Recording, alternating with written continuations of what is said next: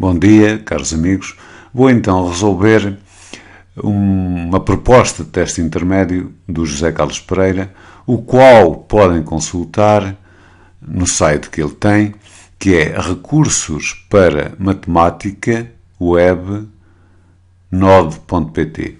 É muito fácil, basta chegar aqui e clicar em Ensino Secundário, 12º ano. Vão encontrar aqui vários links e tem aqui, como estão a ver, propostas de testes intermédios de matemática do 12º ano. Basta clicar. Então, temos o último teste intermédio. Tem o enunciado, que é muito fácil de aceder, como estão a ver. Tem aqui o enunciado. E depois, mais ainda, tem a resolução, não é? É uma resolução provisória, mas pronto. Está certa de certeza, como estão a ver. E, portanto, o que eu vou fazer é apenas, digamos, dar voz a isto que está escrito. Então, até já. Vou então dar voz, portanto, à resolução que o José Carlos Pereira já apresentou, portanto, no seu site. Eu acho que devo fazer isto porque devemos, portanto, promover bom trabalho. Então, eu só vou mesmo resolver as questões de escolha múltipla. E na primeira é, um grupo de 10 pessoas vai ser dividido em dois grupos. Portanto, temos 10 pessoas. 10 pessoas que vão ser divididas em dois grupos. Um dos grupos tem 4 pessoas e o outro grupo tem 6 pessoas. O grupo de 6 pessoas irá desempenhar tarefas diferenciadas. Vou aqui escrever um D, diferenciadas. E o de 4 pessoas irá desempenhar tarefas indiferenciadas. Agora a questão é de quantas maneiras distintas se podem formar os dois grupos. Ora bem, vamos pensar nas pessoas diferenciadas. Portanto, 1, 2, 3, 4, 5, 6. Esta aqui, sei lá, tarefas. Vamos pensar em tarefas. Eletricista, porque não? Eletricista. Cozinheiro, estão a ver? Cozinheiro. Depois, sei lá, pedreiro. Depois, acho que há uma diferença, trolha. Depois, o indivíduo que tira café, por exemplo. Depois, o indivíduo das limpezas. Indivíduo ou indivídua, não é? Limpezas. Quer dizer, eu tenho 10 pessoas. De quantas maneiras posso escolher para eletricista? Vamos supor que a escola até dá formação, vamos supor. Então tenho 10. Posso escolher o António, o Fernando, quer dizer, entre 10 pessoas e já está, não é? Aqui, reparem, vai-me interessar uma ordem de escolha, não é? Uma ordem de escolha. Depois para outra profissão, cozinheiro, restam-me 9 pessoas. 9. Depois para pedreiro, 8. Depois para trolha, 7. Depois para café, 6. E aqui 5. Então depois, não é, agora pelo princípio da multiplicação, basta multiplicar isto. E quer dizer, o problema está resolvido, porque as pessoas que restam, quando eu escolho estas 6, restam 4 que vão desempenhar qualquer coisa, quer dizer, como vão desempenhar qualquer coisa, a ordem aqui não interessa, elas podem fazer qualquer coisa. Então o resultado seria este. Este resultado, se fizerem as contas, vai dar 151.200. É evidente que o que eu fiz foi nada mais que fazer arranjos, né, de 10, 6 a 6. Foi o que eu fiz. Isto foi o que eu fiz. Foi fazer arranjos de 10, neste caso, arranjos de 10, 6 a 6. Porque, reparem, isto vai-me dar precisamente 10 fatorial sobre, e agora aqui ficaria apenas com 10 menos 6, que é 4 fatorial. Se eu fizer estas contas, claro, vai-me dar 10 vezes 9, vezes 8, vezes 7, vezes 6, vezes 5, vezes 4 fatorial, sobre 4 fatorial. Isto cancela com este e cá está o resultado, não é? Cá está o resultado.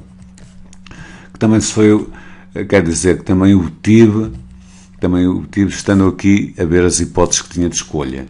Mas também, claro, eu poderia pensar em escolher as pessoas que são indiferenciadas. Eu tenho 10 pessoas, não interessa a ordem, tenho 10, quantas é que eu quero, quantas pessoas são indiferenciadas? São 4.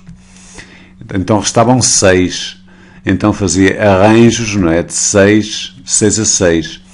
Mas repare-se que arranjos de 6 a 6 é o mesmo que ter 6 fatorial. Então, isto seria o mesmo que ter, ora, combinações de 10 4 a 4 é 10 fatorial, sobre 4 fatorial, 10 menos 4 é 6 fatorial, vezes 6 fatorial. É evidente que este 6 fatorial cancela com este 6 fatorial e vou ficar com 10 fatorial sobre 4 fatorial. E como estão a ver, este resultado que aqui está é o mesmo que este, e a questão está assim resolvida.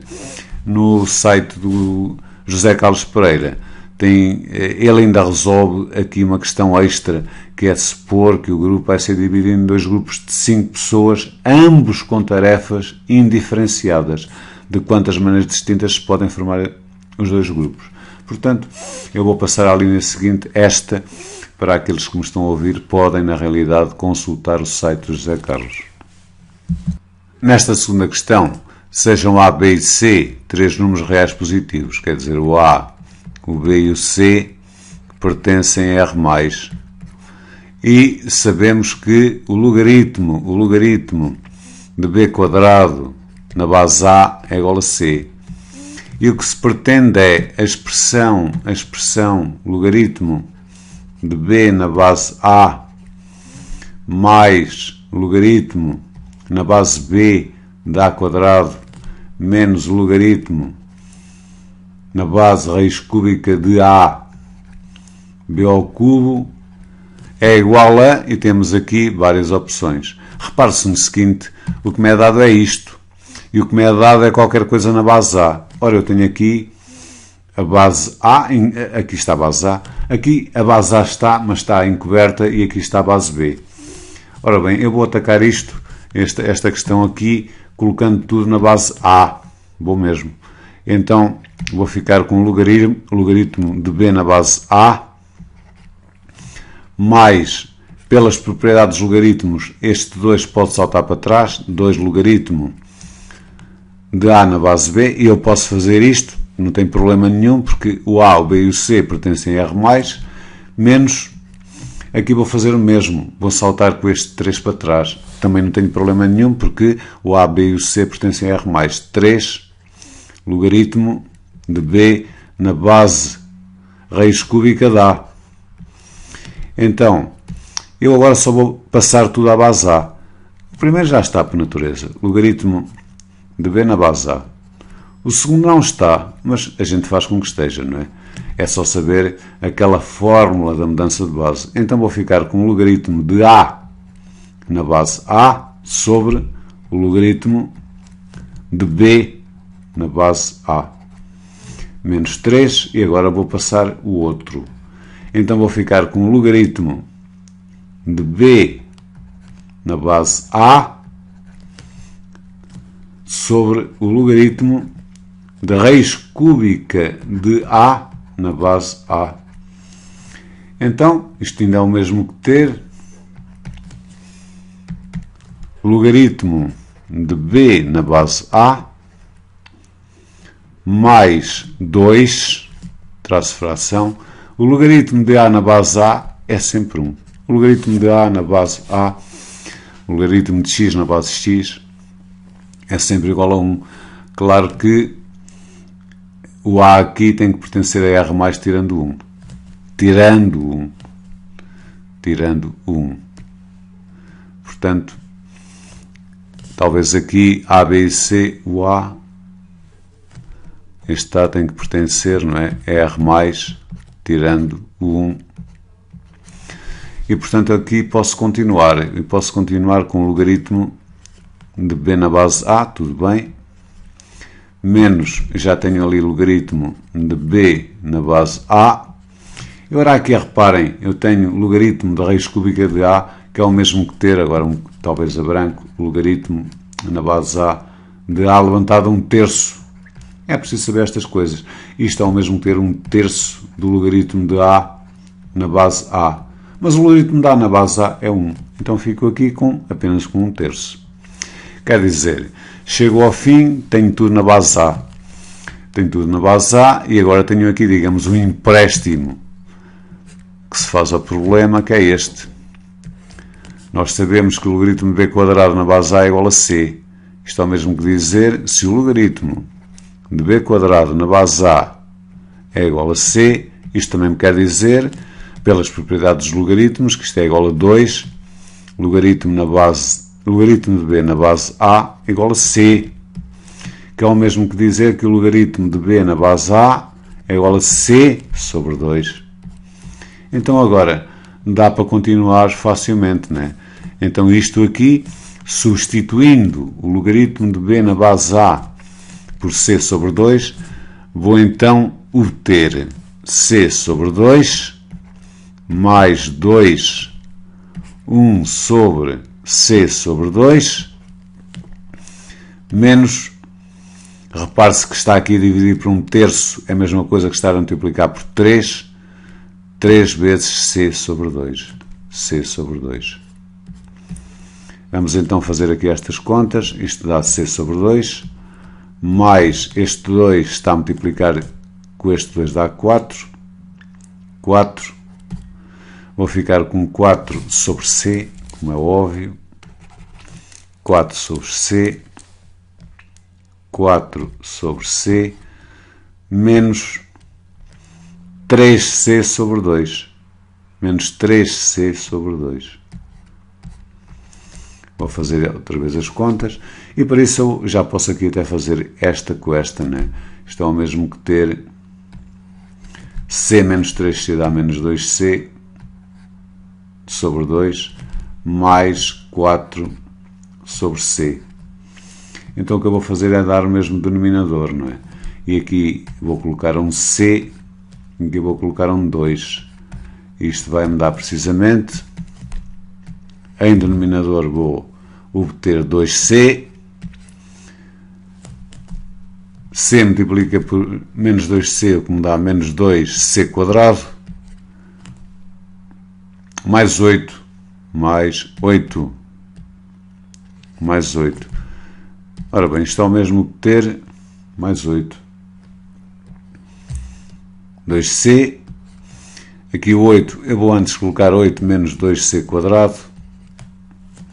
Isto é o mesmo que ter, então, 2c, é uma questão apenas de manipulação. Vou colocar 2 em evidência e fico com 4 menos c quadrado, né? C quadrado. Reparem que agora este 2 pode cancelar. Estou no resultado um bocadinho mais simples, 4 menos c quadrado sobre c. E agora vou olhar para as respostas. Está tudo sobre c. Está tudo sobre c. Agora notando que 4 é 2 ao quadrado menos c quadrado, então vou avançar, isto sobre c. No numerador tenho uma diferença de quadrados que pode ser expressa como 2 menos c, que multiplica por 2 mais c, sobre c. Portanto, a minha resposta está a dar esta, que, neste caso, 2 menos c que multiplica por 2 mais c sobre c, e seria, portanto, a resposta C. Neste caso, era esta a resposta C. Portanto, neste momento já resolvi a questão número 2. Vamos então agora para a questão número 3. Na figura está representada em referência autonormal de x ou y, parte do gráfico de uma função de domínio R excetuando 2. Seja o índice n a sucessão definida por o índice n igual traço fração logaritmo de 1 sobre n sobre n levantado a 15. E o que se pretende é saber o valor do limite do f de menos o índice n menos 2. Claro que aqui não está a tendência do n, mas quando não se coloca nada, está-se a supor que este n, aqui o n, não é? Tende para mais infinito. Tende para mais infinito. É usual, quando se trata de limites de sucessões, não se colocar nada. Por vezes coloca-se, outras vezes não se coloca, mas quando não se coloca nada, já estamos a supor, não é? Dada uma sucessão, que esse limite é quando o n tende para mais infinito. Então, eu vou-me interessar, em primeiro lugar, por calcular, não é? O limite de menos o índice n menos 2. O que é o mesmo que ter, não é? Limite. E já agora, este menos, isto atendendo às propriedades dos limites, o limite de uma soma é a soma dos limites, depois o sinal menos pode saltar para trás, menos limite, neste caso do índice n, o limite de uma constante é a própria constante, menos 2. Então, isto é o mesmo que ter ainda, menos limite, traço fração do logaritmo de 1 sobre n levantado a 15, menos 2. Isto ainda é o mesmo que ter, continuando a fazer estas contas, menos limite do logaritmo de 1 sobre n, eu aqui posso aplicar, não é, as propriedades, portanto, dos logaritmos, para obter logaritmo de 1 menos logaritmo de n, sobre n levantado a 15, menos 2. O que é o mesmo que ter ainda, dado que o logaritmo de 1 é igual a 0, vou ficar com menos limite de menos ln, não é? Menos ln de n, sobre n levantado a 15, menos 2. Repare-se que o que eu tenho aqui, menos por menos, uma operação, não é? Multiplicação menos por menos dá mais, vou ficar com o limite do ln sobre n levantado a 15 menos 2. Agora, repare-se no seguinte que há um limite notável que diz que o limite do ln de x sobre x, quando x tende para mais infinito, não é? Este limite está a 0. E para tal, vamos imaginar, vamos supor que eu tenho uma função, não é? Uma função qualquer, que seja este o gráfico, vamos supor, e que o limite desta função, quando, digamos, o x tende para mais infinito, tem um certo valor, digamos, L. E agora, imaginemos que há um conjunto de pontos, que é uma sucessão, não é? Que está precisamente sobre esta função. Ora bem, o limite desta sucessão, deste conjunto de pontos, quando o n tende para mais infinito, também há de ser L. Repare-se, eu neste caso estou a partir, digamos, do geral para o particular. Estou a fazer um raciocínio dedutivo. Pois se este conjunto de pontos, né, está sempre sobre o gráfico da função, e se a função tende, quando x tende para mais infinito, tem um determinado limite L, a sucessão também o vai ter. Porquê é que eu fiz isto? Eu fiz isto para apelar, não é, a este limite que eu aqui tenho. Então eu posso apelar. Como? Desta maneira, faço limite do ln, não é? Do ln sobre n vezes 1 sobre n levantado a 14. É uma questão apenas de compor, não é? Aqui este quociente no produto destes dois, porque n vezes n levantado a 14 dá-me n levantado a 15, menos 2. Então, eu aqui não tenho dúvida que este aqui me dá 0. Tudo bem, deixa estar, que está bem. E aqui, quando o n tende para mais infinito, também não tenho dúvida que eu vou ficar com 1 sobre mais infinito. E agora repare-se aqui neste 0. Esqueci-me de escrever aqui menos 2. Neste 0. Será um 0 mais? Será um 0 menos? Então, tomem nota aqui neste gráfico. Neste gráfico que eu aqui fiz, eu tenho aqui a função logarítmica, estão a ver? E tenho aqui a reta y igual a x, quer dizer, eu vou ter, se eu quiser, o quociente logaritmo de x sobre x. Quando x tende para mais infinito, este quociente, eu estou a dividir por dois números positivos, estão a ver? E esse quociente desses dois números positivos, quando x tende para mais infinito, esse quociente tende para 0. Ora bem, se esse quociente tende para 0, então, isso significa, como os dois números são positivos, que eu, na realidade, vou aqui obter um 0 mais. Isto será, portanto, digamos, o quociente.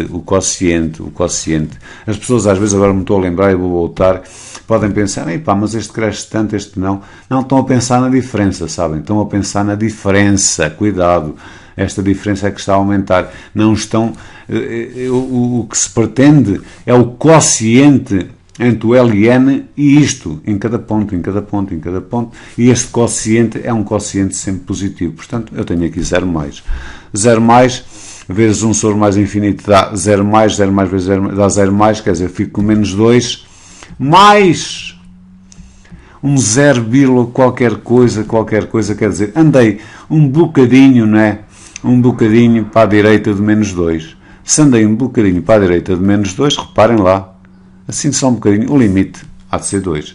Quer dizer, este limite seria o mesmo que calcular o limite de f de x quando x tende para menos 2 mais o que dá, deixa cá ver, o que dá precisamente 2. 2.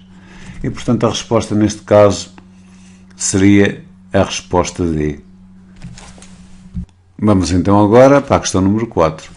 Na figura está representado em referência autonormado x ou y parte do gráfico de uma função do domínio R+, estão a ver? Uma função G do domínio R+, e uma reta R assíntota do gráfico de G, que é esta reta que aqui está. Alfa é a inclinação da reta. Inclinação é o ângulo.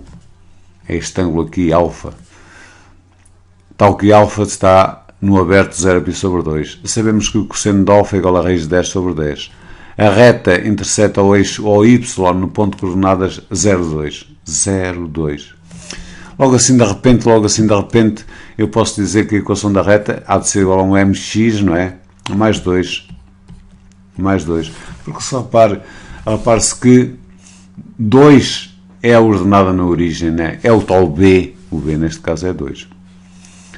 O B neste caso é 2. E agora o que se pretende é calcular o valor deste limite. O valor deste limite. O limite,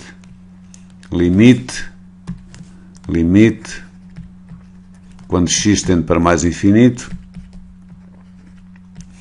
de 3x² sobre g de x menos x. Este limite. Ora bem, eu vou arriscar e vou aqui fazer as contas. Isto é o mesmo que ter limite quando x tende para mais infinito. Vou só dar uma fração, g de x, em denominador. Em numerador vou ficar com 3x² menos x, g de x. G de x. Tudo bem até aqui. E agora vou pôr-me um pouco a olhar. Nós temos que ser assim um bocadito neste aspecto. Ora bem, é dada a equação da reta tangente. Mais ou menos, porque nós sabemos que temos a inclinação e temos o cosseno, o valor do cosseno. E sabemos também que este alfa é um ângulo agudo. Quer dizer, eu se souber o valor da tangente de alfa, se eu souber o valor da tangente de alfa, eu tenho o M da assíntota. E o M da assíntota, estas coisas têm que aparecer logo na cabeça, não é, dos indivíduos. O M, neste caso, há de ser o limite, não é, de g de x sobre x quando x tende para mais infinito. Tudo bem. E o B nada mais é que o limite quando x tende para mais infinito de g de x menos mx. Então vamos deixar as coisas assim em stand-by. E vou calcular precisamente o M, mas não por este processo. Não tenho, digamos, a expressão analítica da função g, mas tenho outra coisa, né? Tenho ali o cosseno de alfa e vou chegar à tangente. Repare-se que 1 mais tangente quadrada de alfa, isto é uma consequência da fórmula fundamental da trigonometria, é igual a 1 sobre o cosseno quadrado de alfa. Tudo bem até aqui. Mas a gente sabe o valor do cosseno. Então, 1 mais tangente quadrada de alfa, não é? Há de ser igual a 1 sobre o cosseno quadrado de alfa. Mas o cosseno de alfa é raiz de 10 sobre 10. Isto ao quadrado dá-me 10 sobre 100, não é? Fácil de ver, penso eu. 10 sobre 100. Deixa cá ver se não me enganei. 10, a raiz de 10 ao quadrado dá 10. 10 em baixo no denominador ao quadrado dá 100. Quer dizer, eu vou obter então a tangente quadrada de alfa, não é? Há de ser igual a isto que aqui está. Ora, o inverso disto vai-me dar 100 sobre 10, que dá 10, menos 1, que é 9. Então, das duas, uma, ou a tangente de alfa é igual a raiz de 9, com sinal positivo, igual a 3, ou a tangente de alfa é igual a menos 3. Mas repare-se, o ângulo é agudo. O ângulo é agudo. O ângulo é agudo. E se desenharmos aqui um círculo trigonométrico, não é? Em que a tangente é aqui desenhada, não é? Para a tangente ser positiva, não é? Positiva é daqui para aqui. Então, se é daqui para aqui, o ângulo ou é este, por exemplo. Quer dizer, ele está no primeiro quadrante ou estaria no terceiro quadrante. Para ser negativo, estaria no segundo quadrante ou no quarto. Aqui o ângulo é agudo. Se o ângulo é agudo, eu tenho que banir este, não é? Só estou, portanto, no primeiro quadrante, o ângulo é de 0π/2, portanto, já tenho aqui tangente de alfa igual a 3, eu já tenho o M. O M, neste caso, é precisamente 3. Se o M é 3, isto significa-me que aqui tenho 3. Tudo bem, não é? E agora este aqui. Isto aqui ficaria o B, que nós sabemos quanto é o B, não é? Nós sabemos quanto é o B. Nós sabemos quanto é o B dessa reta. Nós sabemos. Sabemos, porque a reta é a mesma, não é? É esta tal reta, MX mais B. O B poderia ser calculado, não é? Através daqui, se eu tivesse a expressão analítica, não é? De G. Mas como não tenho, mas tenho B, porque é-me dado de outra maneira que é 2, portanto, tudo bem, eu já tenho B. Este limite que aqui está é precisamente igual a 2. Então agora, com isto, será que somos capazes de fazer o que se pretende? Aqui, vou deixar isto neste cantinho, limite, quando x tende para mais infinito. Eu aqui preciso destacar isto mais ou menos, não é? Portanto, eu vou colocar, o x em evidência, coloco o x em evidência, vou ficar com 3x menos 3x menos g de x. 3x menos g de x. Menos g de x. Ora bem, então vou continuar. Neste momento, o que é que eu sei? Esqueci-me, peço desculpa, esqueci-me de colocar aqui o g de x. Repare-se, tenho aqui um produto. Eu posso fazer isto. Limite, quando x tende para mais infinito, de x sobre g de x, vezes 3x menos g de x. Menos g de x. Vou destacar isto. Ora, repare-se numa coisa. Este limite já cá o tenho. Porque se eu sei que o limite de g de x sobre x é 3, este limite aqui só pode ser 1/3. Tudo bem. Este limite aqui, quanto é que será?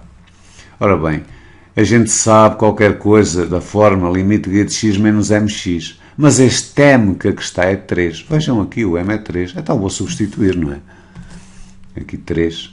Quer dizer, eu sei que o limite de g de x menos 3x é 2. Então, se o limite de 3x menos g de x não há de ser 2, mas há de ser menos 2, porque é precisamente simétrico. Então aqui vou colocar menos 2. Então agora vou multiplicar. E isto vai me dar precisamente menos 2/3. Menos 2/3. E é, portanto, digamos, o limite desejado. Vamos lá ver se está aqui menos 2/3. Está-me a dar a linha B. Portanto, a linha B é a solução, penso eu, desta questão. Então, vou já avançar para a resposta, para a questão número 5. Então, avançando para a questão número 5, que é a última, penso eu, seja f uma função de domínio R do tipo f de x igual a ax² mais a, cujo gráfico tem concavidade voltada para cima. Ora bem, se tem concavidade voltada para cima, temos logo que começar a tirar conclusões. Isto quer dizer que este A é positivo e digamos que o gráfico de f, que é uma função quadrática, ax² mais ax, o gráfico há de ser qualquer coisa, isto sem colocar aqui eixos, né? Assim. O gráfico tem concavidade voltada para cima. Considera a função h da domínio R definida por h de x vezes f de x. Temos aqui a função h. E depois, qual das seguintes afirmações é válida? O gráfico de h tem concavidade, não sei das quantas, em no intervalo. Tem concavidade voltada para baixo, voltada para baixo, voltada para cima, voltada para cima, voltada para baixo. Quer dizer, estamos sempre a falar de concavidades. A questão é esta. Quem é que manda nas concavidades? Quem manda nas concavidades é f duas linhas. Então, eu disse f duas linhas, neste caso seria o h duas linhas, não é? Então é o h duas linhas. É o h duas linhas. É o h duas linhas de x. Então, só teremos apenas que, e é verdade, se o h duas linhas de x for positivo, a concavidade vai ser assim. Se for negativo, a concavidade vai ser assado. Ora bem, então só tenho que derivar o h duas vezes. Eu tenho aqui o h de x,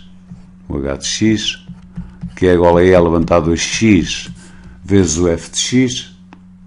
O f de x é ax² mais a. Ax² mais ax, quero dizer. Este a aqui é maior que zero, já vimos. Por causa da concavidade, não é? Já vimos isso. E então eu vou derivar isto.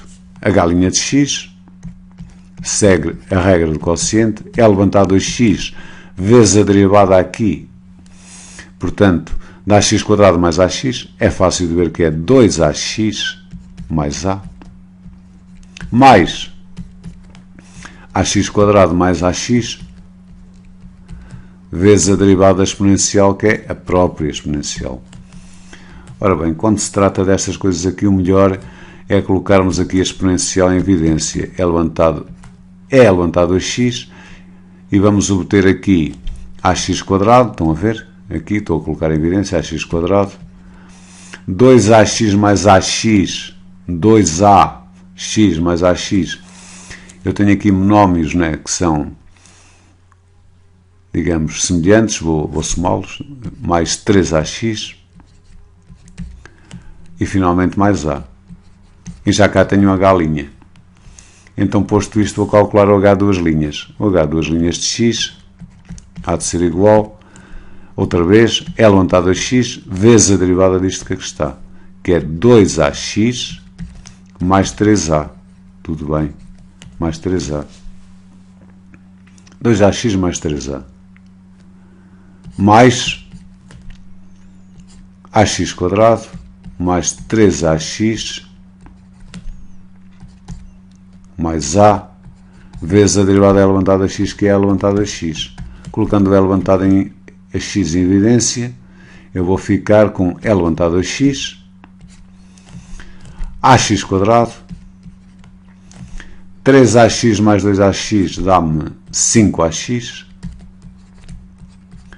e agora tenho 3a mais a, que dá 4a. Ora bem, ainda vou fazer aqui uma coisa, porque vou colocar o a em evidência, porque me aparece sempre, não é? E o a é positivo, quer dizer, eu vou ficar com a é levantado a x, e agora talvez x² mais 5x mais 4. Tudo bem. Quer dizer, eu fiz isto porque, repare-se, o sinal, estou interessado no sinal da segunda derivada, no sinal, saber onde é que ela é positiva, saber onde é que é negativa. E o a é levantado a x não tem influência, porque aqui é positivo. Só tem influência aqui esta, digamos, esta expressão quadrática. E, portanto, vamos analisar os zeros. X igual a menos b, que é menos 5, mais ou menos 5 ao quadrado, que dá 25, menos 16, que é 4ac, sobre 2a, que é 2. Isto é o mesmo que ter menos 5, mais ou menos 25 menos 16 dá 9, a raiz de 9 é 3, sobre 2. Vou ramificar. Menos 5 mais 3 dá menos 2, sobre 2 dá menos 1. Menos 5 menos 3 dá menos 8, sobre 2 dá menos 4. só vou aqui testar. Menos 1 menos 4 dá menos 5. O simétrico de menos 5 é 5, está aqui. Menos 1 vezes menos 4 dá 4. O produto dá 4, que está aqui. Então, está tudo bem. Então, um ligeirinho gráfico, não é? Um ligeirinho gráfico para isto, dir-me-ia. Nem é preciso, não é? Nem é preciso, vou só já fazer aqui um quadro sinal. Sei que a segunda derivada se anula, portanto é em menos 4. O domínio, deixa cá ver o domínio. O domínio de H é R, portanto não tenho problemas. Menos 4. Tenho aqui menos 1. Então eu tenho aqui o H de duas linhas. De X. E hei de ter aqui o H' de X, quero dizer. O H de duas linhas anula-se, como acabámos de ver aqui e aqui.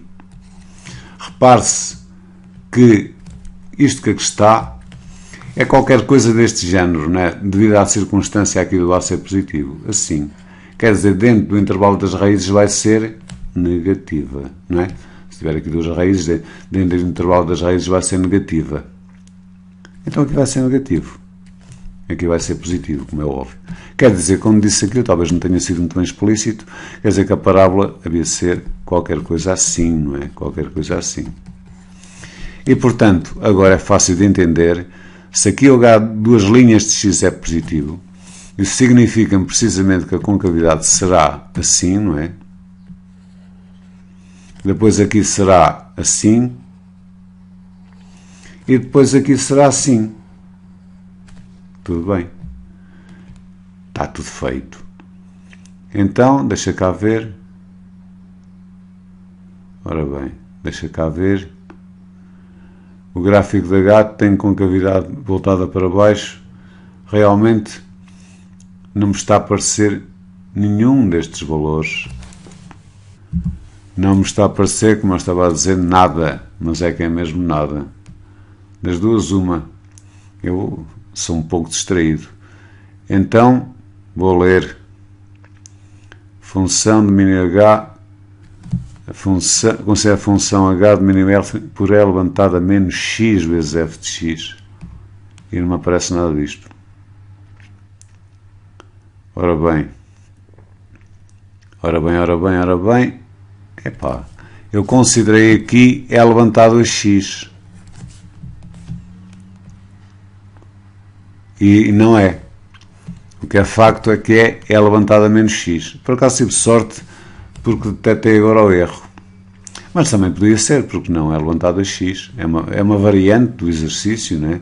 Então vamos considerar, porque agora já não vou repetir isto, vamos considerar que a função era precisamente E levantado a X vezes F de X. E então, digamos que a concavidade seria assim, no intervalo de menos infinito a menos 4, seria assado no intervalo abertos, não é? De menos 4 a menos 1, e seria assim no intervalo aberto de menos 1 a mais infinito. Esta solução, a solução real, digamos, do problema exposto com E levantado a menos X, pois podem consultar no site do Carlos Pereira.